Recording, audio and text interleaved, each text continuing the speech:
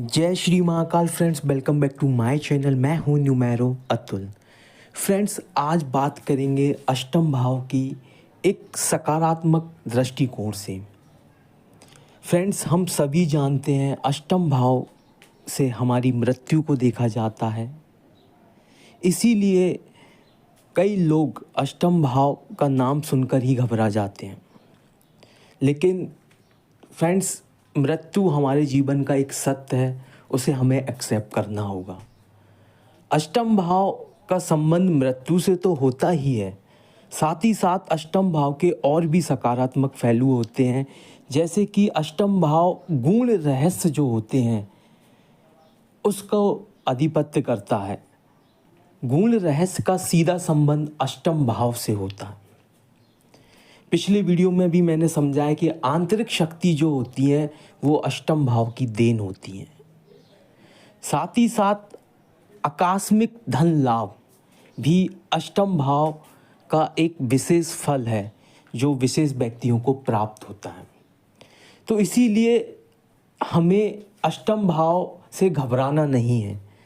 जब कई व्यूअर्स जो होते हैं वो वीडियो देख लेते हैं अष्टम भाव का और घबरा जाते हैं, क्योंकि यूट्यूब पे कई तरह के वीडियो अष्टम भाव से संबंध रखते हैं, अष्टम भाव की जानकारी देते हैं, तो वो घबरा जाते हैं। तो घबराने की आवश्यकता नहीं है, क्योंकि अष्टम भाव जो है मृत्यु के संबंध को दिखाता है, साथ ही साथ गूढ़ रहस्य भी बताता है, आकस्मिक धन लाभ के जो योग होते हैं वह भी बताता है। सो फ्रेंड्स, अब बात करते हैं कि सबसे पहले अष्टम भाव कि अगर सकारात्मक ऊर्जा हमें प्राप्त करनी है तो वो कैसे प्राप्त होगी, किन परिस्थितियों में प्राप्त होती है। अष्टम भाव में व्यक्ति तभी रुचि लेता है जब बुध ग्रह द्वितीय भाव दूसरे भाव में बैठा हो, क्योंकि द्वितीय भाव का बुध ग्रह अपनी 7वीं दृष्टि अष्टम भाव पर डालता है। और जब ये संबंध बनता है बुध ग्रह का अष्टम भाव से, तो व्यक्ति के अंदर जो तार्किक शक्ति होती है, जो उसकी लॉजिकल पावर होती है, वो पूरी फोकस हो जाती है अष्टम भाव पर। व्यक्ति अष्टम भाव के जो रहस्य होते हैं उन्हें खोजने में लग जाता है। सबसे पहले तो व्यक्ति की रुचि बढ़ती है कि आखिर ये रहस्य क्या है, और व्यक्ति अष्टम भाव से कनेक्ट हो जाता है। और जब हम किसी चीज़ से कनेक्ट हो जाते हैं तो कुछ समय लगता है, लेकिन उस रहस्य से जुड़ी जो भी चीज़ें होती हैं वो धीरे धीरे हमें पता लगने लगती हैं।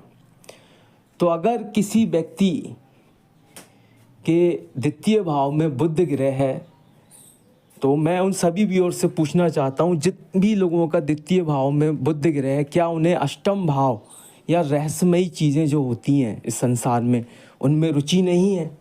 क्या वो संसार के जो सीक्रेट्स हैं उसे डिकोड नहीं करना चाहते हैं? डेफिनेटली करना चाहते होंगे। तो बुध ग्रह हमें लॉजिकल पावर देता है, उससे अष्टम भाव के जो सीक्रेट्स होते हैं वो डिकोड होते हैं। इसीलिए यहाँ बैठा हुआ बुध ग्रह व्यक्ति को इन शक्तियों का व्यावसायीकरण करने पर मजबूर कर देता है, क्योंकि बुध ग्रह व्यापार का कारक होता है। और आंतरिक शक्तियाँ एक विशेष स्किल होता है, जैसे कि कुंडलिनी शक्ति, सम्मोहन शक्ति जिसे हम हिप्नोटिज्म बोलते हैं। तो इस तरह की कई प्रकार की जो शक्तियाँ होती हैं, व्यक्ति उसे संसार से जोड़ देता है। द्वितीय भाव का बुध सबसे पहले व्यक्ति को इन शक्तियों से अवगत कराता है, ये शक्तियाँ उसके अंदर विकसित कराता है। उसके बाद जन कल्याण में लोगों का भला करने के लिए उसका एक व्यवसायीकरण भी करता है, और लोगों तक इन शक्तियों की जो जानकारी होती है, इनकी जो पावर होती है, वो लोगों को बताता है और उससे धन कमाता है। तो इसीलिए द्वितीय भाव का बुध ग्रह व्यक्ति को बहुत बड़ा हीलर बना देता है। जितने भी हीलर होते हैं जो आंतरिक शक्तियों पर काम करते हैं, आंतरिक शक्तियों के ज्ञाता होते हैं, उनका बुध ग्रह द्वितीय भाव में अवश्य देखने को मिलता है। साथ ही साथ अष्टम भाव गूढ़ रहस्यों का कारक है, एक विशेष अनुभव। तो ऐसा नहीं है कि जिन व्यक्तियों की कुंडली में द्वितीय भाव में बुध ग्रह सिर्फ उन्हीं को होगा, लेकिन ज्योतिष में गोचर के अनुसार जब ग्रह राशि परिवर्तन करते हैं तो कोई भी व्यक्ति हो, किसी भी लगन का हो, किसी की भी राशि का हो, साल में एक बार बुध ग्रह उनके द्वितीय भाव में ज़रूर गोचर करता है।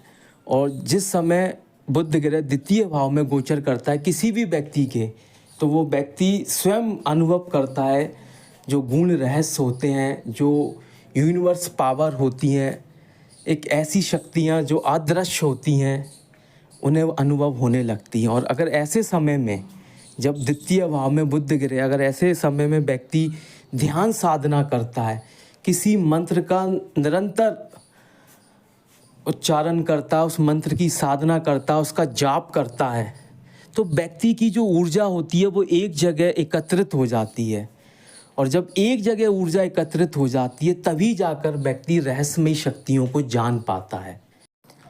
इसीलिए द्वितीय भाव का जो बुध होता है वो बहुत महत्वपूर्ण होता है आंतरिक शक्तियों को जगाने के लिए, क्योंकि बुध ग्रह संतुलन का कारक है।